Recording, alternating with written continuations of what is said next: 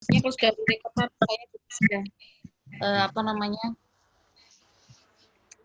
sudah mulai membuka perkuliahan gitu loh. Iya, Bu.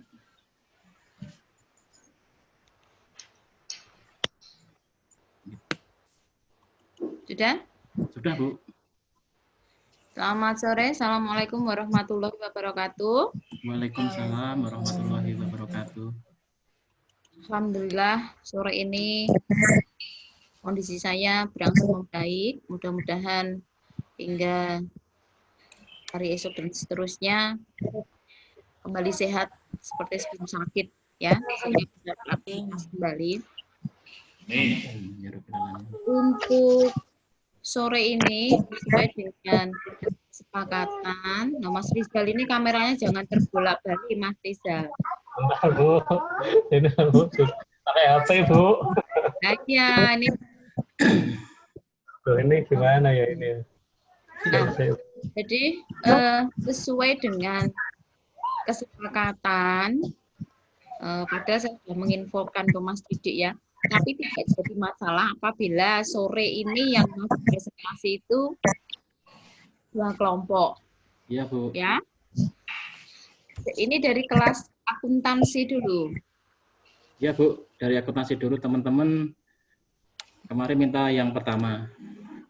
Nah, yang pertama akuntansi. Nah, baiknya yang tidak presentasi pun ikut hadir dalam perkuliahan ini sehingga bisa mengikuti presentasi dari kelas akuntansi gitu. Tadi sudah di-share Mas Didik ya linknya di grup ya. Sudah, Bu. Nah, untuk akuntansi nanti yang presentasi 3 orang. Kemarin kesepakatan 3 orang. Iya, sebentar. Nanti menampilkan PowerPoint dan Word. Iya, Bu. Siap. Ya. Saya infokan dulu di grup. Ini saya PDF, Bu. Nggak apa-apa ya, Bu? Ya, yang ini, yang Word-nya itu ya. Oh, yang karya ilmiahnya itu loh, Bu. Nah, ya kan harusnya kan PowerPoint dan Word-nya. PowerPoint ada, Bu. PowerPoint sama ini. Siapa ini yang bicara? Mas Didik apa Mas Rizal? Mas Rizal, Bu, yang bicara. Rizal. Oh ya, Bu. Saya, Bu. Ya.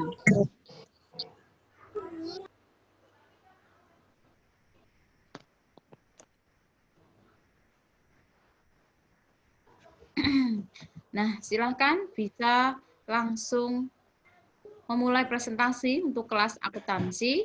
Moderatornya saya atau dari kelas akuntansi? Bu Prapti saja, Bu. Saya. Ya. Anu sajalah saya yang menilai. Jadi moderator, presentator, kalau ada notulen ya notulen itu dari mahasiswa. Oke, siap, Bu. Begitu. Ya. Ingat yang saya nilai adalah penggunaan bahasa Indonesia yang baik secara lisan dan tulis ya.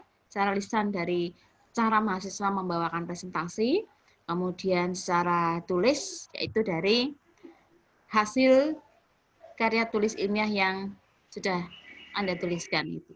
Oke, siap, Bu. Silakan bisa dimulai.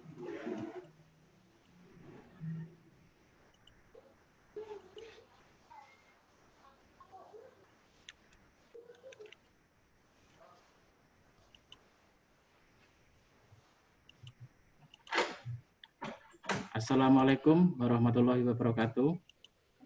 Waalaikumsalam warahmatullahi wabarakatuh. Waalaikumsalam. Kami dari kelas KAS, Komputerisasi Akuntansi Sore, ingin menyampaikan presentasi dengan judul Sistem Informasi Akuntansi Inventory berbasis web. Untuk presentasi ini akan dibacakan oleh 3 orang, yaitu saya sendiri, Mbak Diana Agnesia Rari, dan Mbak Devi Kamila Romah. Untuk semua kelompoknya ada 9 mahasiswa. Yang pertama adalah Mbak Devi, Mbak Diana, saya sendiri, Mbak Vina Zulfa, Guntur, Mbak Laras, Mbak Merli, Mbak Novita, dan Mbak Nur Atika Afiani. Langsung saja ke materi.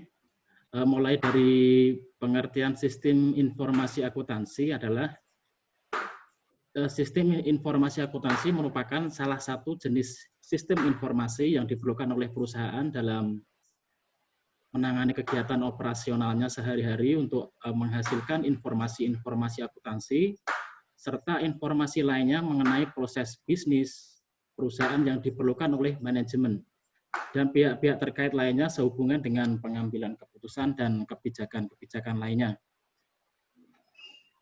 Bisa diartikan bahwa sistem informasi akuntansi itu adalah, misal ada dalam perusahaan pencatatannya itu masih manual, di sini dengan menggunakan kalkulator misalnya gitu, dan untuk notanya masih manual, nanti kita sebagai peneliti akan membuatkan aplikasi dalam bentuk software sehingga mempermudah dalam pencatatan inventory, cetak laporan, sehingga perusahaan tersebut memang tidak terlalu rumit dalam mengembangkan usaha tersebut. Untuk komponen sistem informasi akuntansi, menurut Romney dan Steinberg, menyatakan bahwa sistem informasi akuntansi sendiri terdiri dari 5 komponen, yaitu people atau orang yang mengoperasikan sistem dalam melakukan berbagai fungsi. Yang kedua, prosedur baik yang manual maupun otomatis termasuk dalam kegiatan pengumpulan, pemrosesan, dan penyimpanan data tentang kegiatan akuntansi.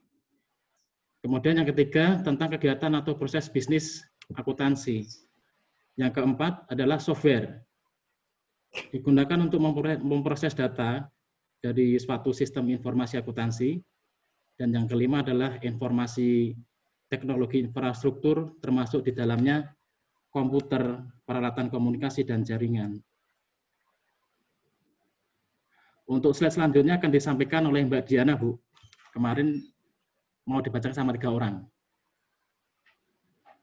Mbak Diana, waktu kami persilahkan. Silakan, Saya akan melanjut. Ya. Hadir ya, silakan. Saya akan melanjutkan presentasi dari Mas Didi, yaitu mengenai sistem informasi akuntansi, di mana pengendalian internal. Pengendalian internal adalah suatu sistem pengendalian yang meliputi struktur organisasi beserta semua metode dan ukuran yang diterapkan dalam suatu perusahaan. Dalam pengendalian internal ini pastinya memiliki tujuan tertentu. Yang pertama, untuk menjamin kebenaran data akuntansi. Apakah data itu valid ataupun data itu perlu diperbaiki. Yang kedua, untuk mengamankan harta kekayaan dan catatan pembukuan.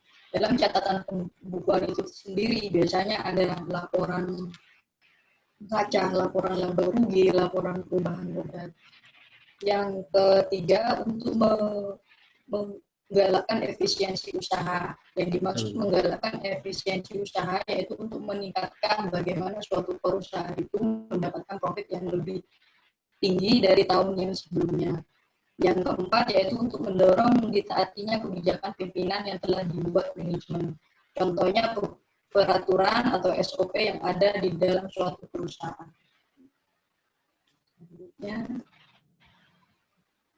unsur pengendalian internal. Menurut Mulyadi 2001 menyatakan unsur pokok sistem pengendalian internal adalah satu, struktur organisasi yang memisahkan tanggung jawab fungsional dan fungsional secara tegas. Yang kedua, sistem wewenang dan prosedur pencatatan yang memberikan perlindungan yang cukup terhadap kekayaan, utang, pendapatan, dan biaya. Yang ketiga, praktek yang sehat dalam melaksanakan tugas dan fungsi setiap unit organisasi. Yang keempat yaitu karyawan yang mutunya sesuai dengan tanggung jawabnya. Analisis dan perancangan sistem. Analisis sistem adalah penelitian atas sistem yang telah ada dengan tujuan untuk merancang sistem yang baru atau diperbarui. Tujuannya yaitu yang pertama, mendefinisikan masalah yang ada secara tepat. Yang kedua, merencanakan solusi alternatif. Yang ketiga, memilih dan menentukan salah satu dari solusi alternatif yang ada. Yang keempat, mengembangkan spesifikasi logik untuk solusi yang telah dipilih. Yang kelima, mengembangkan kebutuhan fisik untuk solusi yang telah dipilih. Yang keenam, membuat anggaran belanja atau budget untuk 2 fase pengembangan sistem ke depan. Studi kasus. Ini adalah sebuah studi kasus pada PT ARA yang dimiliki oleh Pak Wirata, adalah perusahaan yang bergerak di bidang pengelolaan dan penjualan produk baja anti karat. Berikut adalah info yang berkaitan dengan proses bisnis PT ARA. Yang pertama, bahan baku baja olahan diimpor dari negara tetangga dengan harga yang berfluktuatif mengikuti nilai dolar, biasanya saat harga rendah. Yang kedua, PT ARA membeli bahan baku sebanyak-banyaknya untuk menghemat biaya produksinya. Iya. Yang ketiga, proses pembuatan barang melalui 3 proses. Yang pertama, pengelolaan, finishing, dan packing. Yang keempat, dalam proses produksi, PT ARA menggunakan mesin-mesin yang sederhana dari bantuan pemerintah. Yang kelima, perusahaan menjual barang hingga ke luar negeri. Yang keenam, proses produksi tidak tergantung dari banyaknya sedikit pesanan. Yang ketujuh, penjualan dilakukan secara kredit dan tunai. Kebanyakan pembelian dengan kuantitas banyak bisa dilakukan dengan kredit. Yang kedelapan, dengan pangsa pasar yang luas dan pendapatan yang tinggi, Pak Wirata tetap ingin melakukan efisiensi dan efektivitas dalam proses produksinya. Selanjutnya akan disampaikan oleh Mbak Devi. Assalamualaikum warahmatullahi wabarakatuh. Saya akan menjelaskan materi yang telah dijelaskan oleh Mbak Diana, yaitu pemeriksaan. Langkah pertama yang seharusnya Pak Wirata lakukan adalah membeli bahan baku sebanyak-banyaknya saat harga dolar rendah. Cukup efektif dan efisien karena bahan baku tersebut dapat menjadikan persediaan saat dolar melonjak. Dan saat dolar melonjak, Pak Wirata dapat memproduksi persediaan tersebut dengan hasil olahan dan dijual dengan harga tinggi, sehingga mendapat keuntungannya lebih atau berlipat. Dalam proses pembuatan barang harus dipisahkan menurut tenaga ahlinya. Misalnya, SDM A bertugas dalam bagian pengolahan, SDM B bertugas dalam bagian finishing, SDM C bagian packing. Dengan spesifikasi tersebut, diharapkan agar pekerjaan lebih sempurna. Dan yang keempat, pada studi kasus PT ARA yang menggunakan mesin-mesin sederhana dari bantuan pemerintah, seharusnya PT ARA juga menambahkan jumlah mesin atau mengganti mesin yang lebih canggih untuk mempercepat proses produksi sehingga perputaran penjualan semakin cepat. Yang kelima, Pak Wirata sebagai pemilik juga perlu merekrut karyawan baru untuk membantu menjalankan proses pengawasan dalam produksi. Pemecahan studi kasus. Pada studi kasus yang PT ARA, kebanyakan pembeli dengan kuantitas banyak bisa dilakukan dengan secara kredit. Yang mana Pak Wirata harus menentukan jatuh tempo kredit tersebut, sehingga perputaran modal juga cepat dan minimalisir gagal bayar. Selanjutnya ada job description struktur organisasi. Yang pertama adalah CEO, yang bertugas merencanakan, mengelola, dan menganalisis segala aktivitas fungsional bisnis, seperti operasional, sumber daya manusia, keuangan, dan pemasaran. Yang kedua, merencanakan dan mengelola proses penganggaran. Dan yang ketiga, mengelola perusahaan dengan tujuan strategis. Dan selanjutnya adalah CEO, yang bertugas mempelajari dan memahami secara menyeluruh dan mendetail bisnis yang digeluti perusahaan. Yang kedua, membangun kredibilitas Direktorat Sistem Informasi yang dipimpinnya. Yang ketiga, memasyarakatkan teknologi informasi agar dipergunakan secara aktif untuk para karyawan perusahaan. Yang keempat, merencanakan visi teknologi informasi. Yang kelima, membuat suatu perusahaan memiliki profit margin yang besar akibat adanya perubahan teknologi, pasar dan regulasi yang membawa dampak bisnis. Selanjutnya, manajer sistem development. Manajer pengembangan sistem membantu memastikan bahwa proses dan mekanisme perusahaan yang memadai, fungsional, dan sesuai dengan rekomendasi atas kepemimpinan dan standar industri. Mereka merencanakan dan mengkoordinasikan pemeliharaan, upgrade, dan implementasi sistem informasi. Selanjutnya ada data administrator. Yang selanjutnya ada data administrator. Tugas-tugas seorang administrator database adalah yang pertama, pemasangan perangkat lunak baru. Yang kedua, konfigurasi hardware dan software dengan sistem administrator pengamanan administrasi. Yang ketiga, analisis data. Yang keempat, database design. Yang kelima, data pemodelan dan optimasi bertanggung jawab atas administrasi perusahaan yang berhubungan dengan database. Selanjutnya ada manajer computer operation. Akan merencanakan dan mengkoordinasikan instalasi dan upgrade perangkat keras dan perangkat lunak, pemrograman dan desain sistem. Selanjutnya ada manajer user komputer yang bertanggung jawab atas pengiriman perusahaan dari pelanggar menghadapi layanan teknologi. Yang terakhir ada manajer telecommunication. Tugas lain, 1. Mengelola teknologi informasi dan sistem komputer.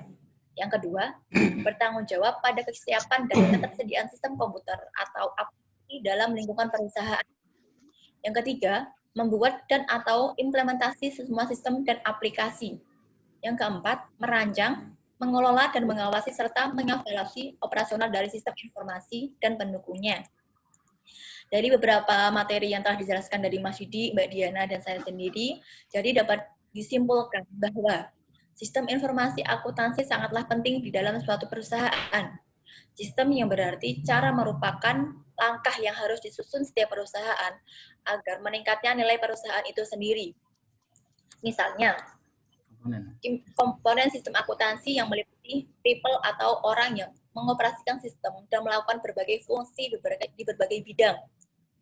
Lalu prosedur atau langkah-langkah yang akan digunakan baik yang manual maupun otomatis tersebut dalam kegiatan pengumpulan, pemrosesan, dan penyimpan data tentang kegiatan organisasi. Data tentang kegiatan atau proses bisnis organisasi, software digunakan untuk memproses data organisasi. Dan informasi teknologi infrastruktur, yaitu alat-alat yang digunakan termasuk di dalamnya komputer, peralatan komunikasi jaringan. Selain komponen sistem, unsur suatu sistem juga dibutuhkan dalam bekerja sama agar tercapainya tujuan sistem. Di samping itu, ada sistem pengendalian internal yang dapat diartikan sebagai sistem intern. Sistem ini harus benar-benar terlaksana atau tersusun sesuai organisasi yang dibentuk oleh suatu perusahaan, agar dapat terhindar dari risiko-risiko yang mungkin terjadi. Sekian presentasi dari kelas KN 17.1. Jika ada pertanyaan, silakan untuk diajukan. Monggo teman-teman jika mau bertanya. Halo. Silahkan yang ingin bertanya kepada kelompok kelas akuntansi. Ya Bu, saya tanya Bu. Jadi intinya sistem itu gimana ya, Mbak Devi ya? Intinya sistem itu bagaimana ya?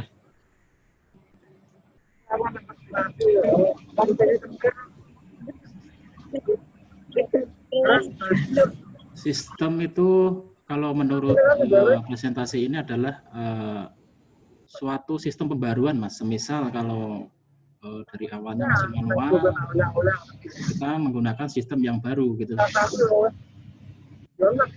Monggo Mbak Diana atau Mbak Devi kalau mau menambahkan.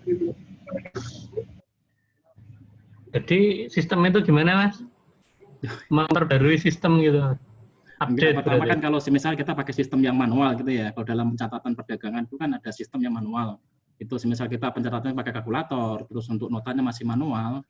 Nanti kita sebagai mahasiswa yang ingin skripsi ingin buatkan suatu sistem yang baru. Di situ nanti manual tidak digunakan lagi, kita pakainya yang terupdate atau yang terbaru, dalam artian lebih memudahkan untuk suatu perusahaan dalam mengelola keuangan dan inventory dan sebagainya. Seperti itu, Mas. Oh, berbasis web apa ini, Mas? Ini kemarin teman-teman cuman sistem informasi akuntansi saja, Mas. Oh, hanya kurang nih, Mas. Di buku ya.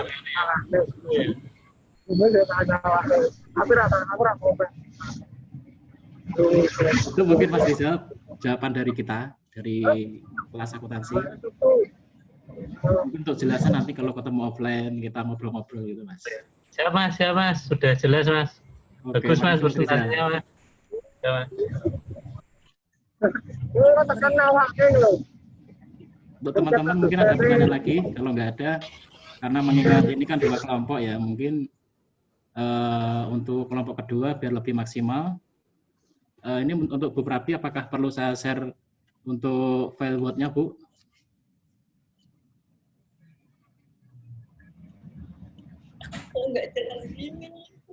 Ya, Mas Didi, kalau sudah selesai untuk presentasi PowerPoint, silahkan bisa menampilkan Word-nya, meskipun berupa PDF ya, tapi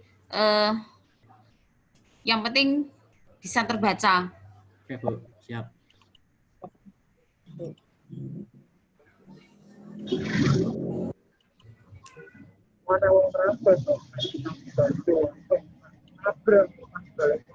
Jadi Ini, Bu. awal Dari, judul ini ya, ya, Sistem Informasi Akuntansi. Nah, tepat dari judul ini, jadi tidak perlu ditambahkan nggak pakai makalah saya, Bu. makalah, ya? Tidak pakai makalah. Sini. Ya, maksudnya tetap pakai makalah kalau menginginkan, tapi di bagian tengah sini, seperti skripsi itu loh, skripsi atau apa begitu ya. Jadi judulnya di atas begini, Sistem Informasi Akuntansi. Nah, baiknya tidak usah dicetak tebal, Mas Didi. Oh ya, Bu. Kemudian disusun untuk melengkapi atau disusun sebagai tugas akhir mata kuliah Bahasa Indonesia, begitu sudah cukup. Iya. Nah, kemudian sebentar.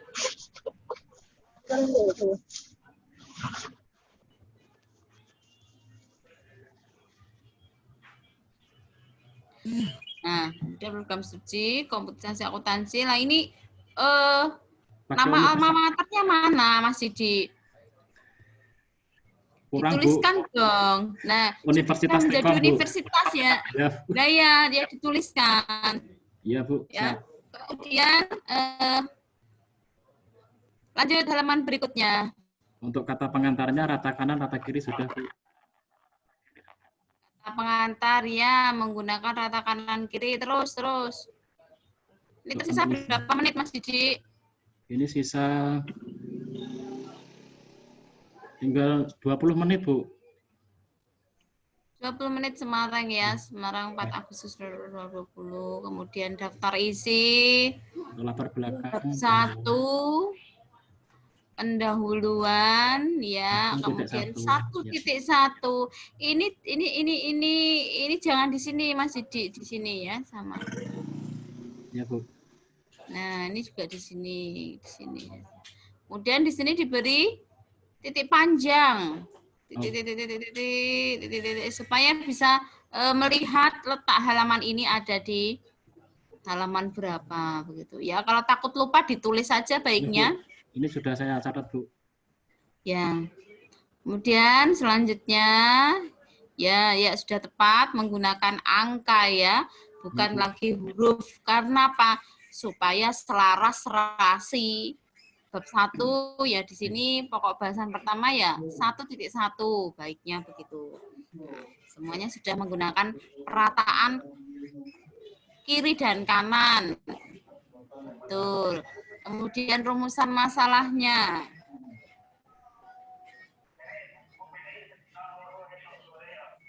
Rumusan masalahnya ini tidak ada, Mas Didi? Atau hanya tidak ada, Bu. Kemarin teman-teman tidak ada.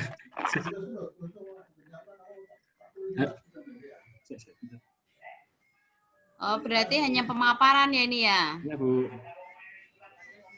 Ya. Maksud saya itu kalau ada rumusan masalah, misalnya itu dirumuskan dengan kalimat tanya sebaiknya. Ya.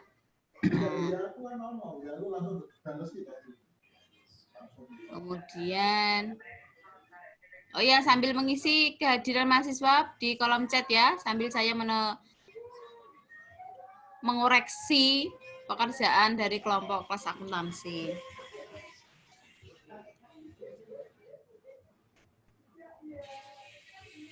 Terus sampai daftar pustaka, Bu. Adalah internet sistem pembelian.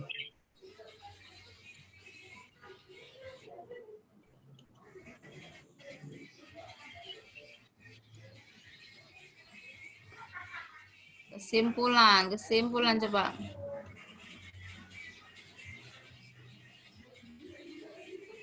Ya, kesimpulan. Sarannya mana? Biasanya kan pada bab 3 itu berisi kesimpulan dan saran. Begitu. Nah, ditambahkan daftar pustaka. Ya, sudah benar menggunakan tidak lagi menggunakan angka, tetapi langsung saja begini urutannya. Dan baris kedua ini menjorok ke dalam, ya, begitu. Untuk halamannya tadi sudah ya Mas Didi ya. Coba pada halaman. Setiap lembarnya itu loh. Sudah ya, ini 22 sudah, ya. Ya Bu, sudah ini 21 sampai 22. Nah, ya sudah benar.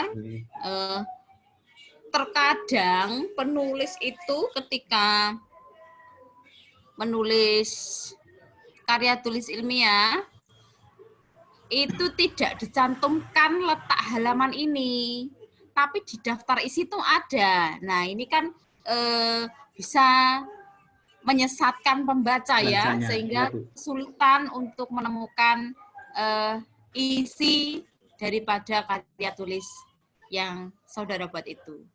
Jadi pentingnya menulis daftar isi itu sesuai dengan kenyataannya. Misalnya, lagi Mas, naikkan.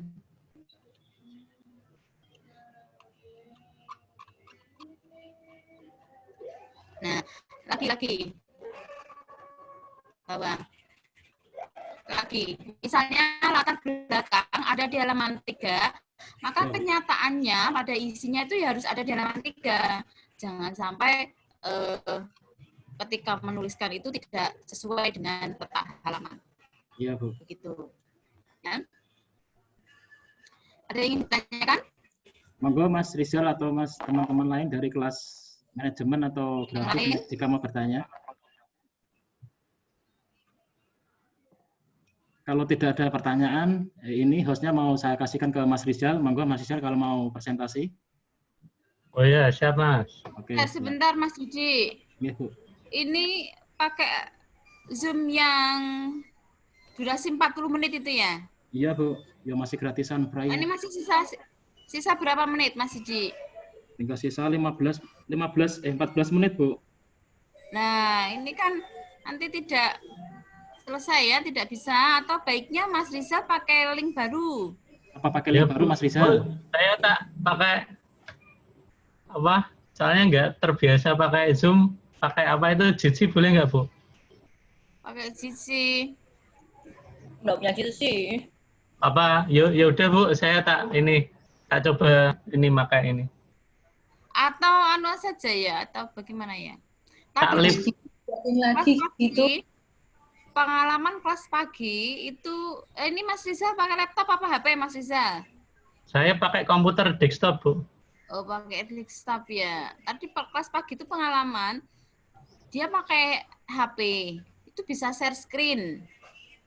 Oh, ini juga bisa, Bu. Bisa, Bu, ini, Bu. Pakai komputer juga bisa. Ini nanti kalau Mas Rizal saya kasih hak akses host, bisa untuk share screen, PPT sama Word-nya bisa, Bu. Bisa, Bu, ini, Bu. Coba ya Bu ya ini ya. Nah, ya, Mas. Diatur saja supaya sudah, Mas Rizal? Ya. Sistem. Silakan Mas Rizal. Nah. Kasih share screen. Mas, ini durasinya juga ya, yang ini tinggal berapa menit? Tinggal 12, Bu. Bisa tidak 12 menit, Mas Rizal? Oh, enggak, Bu. Ini banyak, Bu. Anu saja Mas Didi, nanti buat link baru saja. Batin Mas Didi. Siap Mas Rizal, batin Mas. Aku enggak. Dan Mas Rizal dijadikan hostnya. Oke, siap Bu. Aku enggak familiar ya. Ya udah Bu, saya buatkan linknya yang baru. Ini saya rekodnya saya stop ya Bu. Sebentar. Ya. Mana? Putus-putus suaranya. Loh. Halo. Ya, boleh. Ini buat itu saja, buat link baru saja supaya kelompoknya Mas Rizal nanti bagian waktu untuk presentasi ya, tuntas begitu loh. Iya, Jadi kalau hanya ini dilanjutkan, nanti dikhawatirkan bahwa sistem komputer tidak tuntas presentasinya. Oke. Ya udah Bu, ini saya tutup ya Bu. Saya stop Akhir saja recordingnya. Mas Yudi sebagai moderatornya ditutup dulu presentasinya. Oke, terima kasih semuanya telah mengikuti presentasi dari kelas akuntansi sore. Maafkan jika ada kata-kata yang salah atau tidak jelas dalam penjelasan presentasi kami dari kelas KAS. Mohon maaf yang sebesar-besarnya. Akhirul salam. Wassalamualaikum warahmatullahi wabarakatuh. Waalaikumsalam warahmatullahi wabarakatuh.